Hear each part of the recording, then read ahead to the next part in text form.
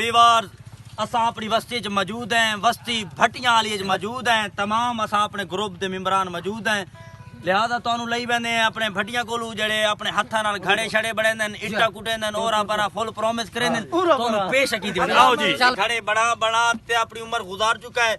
इन्ना अपना तिजारत सारा कुछ अपने बेटे चाचे शमे भट्टी नु कर देती है। और चाचे शमे दिखाया मुझे फौरी ये बहुत तिजारत अपना काम करते हुए आपको दिखाया जाता है।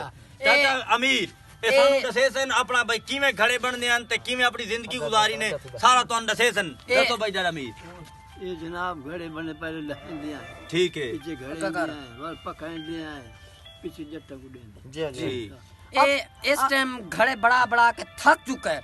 इस टाइम इन पेंशन मिल ही गई है। ये बैठे खटड़ी के कमा रही है। इनू 1,82 करोड़ 90 रुपए इनू पेंशन मिली गई है। इनू खटरे तो मिला दिया इंशाल्लाह। ये नन्हे मुन्ने बच्चे काम कर रहे हैं। चाचा शम्मा ओ तोनु मिला करो जी तोनु बोल रहे हैं रोज ना तुम्हारे फेरा। अस्सलाम वालेकुम वीवर्स, ए उना दे बेटे नन्हे मुन्ने चाचा शम्मा भट्टी हुन बोला भाई। दसो भाई। असा जनाब अली जड़े ना पहले मिट्टी करे ने, ठीक है, मिट्टी कार के वाल जनाब टोफे सटे ने, ठीक है, टोफे सट दे वाल जनाब अली गुहे ने, ठीक है, वो दे वाल जनाब अली पिनिया वटे ने, सही, पिनिया वाट के वाल घड़े लाए ने। नहीं ते नाल तोरे भाई बेटे शेटे को नहीं काम करवे दे? बेटे शेटे कोई को नहीं। ओ किरे कहने इस टाइम? ओ अल्लाह दे जनाब अली कामकार नु दिहाड़ियां नु जनाब अली रुदे वदन, ठीक है, ते बिया जनाब अली हुन घड़े दे बैठे हैं। सही है, घाट दे वाल जनाब सूरज पैसूं, सूरज पा के वाला जनाब अली कटसूं, सही, काट के जटन दे सूं, ठीक, जटन दे ते उथु जनाब अली 5-5 डाडा भांडे दे आसूं, बोरी बोरी कणक दे, कोई अद्धी बोरी, ओ तोनु दे सन बोरी, सानू दे, ठीक है।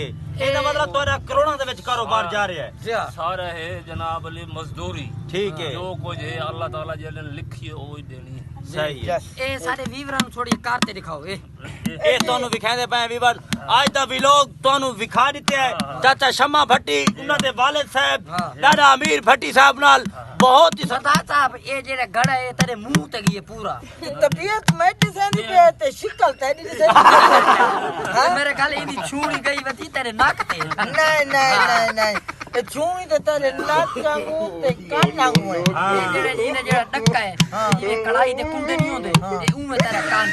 ना ना ना ना ना भट्टी साहब कल पूछो। हां भट्टी साहब दस मेरा मुंह ही में यही दम भाई हाल नींदा तुम्हारी लड़ाई थी वैसे, तुम्हारी लड़ाई थी वैसी। हां तो साल तुम्हारी हयाती करे ते अल्लाह तुम्हारी जिंदगी करे। जी भट्टी साहब अपने खून पसीने दी कमाई खा रहे हैं इंशाल्लाह। कह दे मुताज नहीं होते ते ना बाला ते मुताज होंदा अपनी मेहनत मजदूरी करके खा रहे हैं जी। तुम्हारी मां ठीक बनाए मुंह माशाल्लाह बनाए ने अपने जनाब खूबसूरत ही वे इन्हां दी सपोर्ट सही वने इन्हां ने इनाम मिला वने लाइक ते बिल्कुल अच्छे छुवरन लाई शाई मनो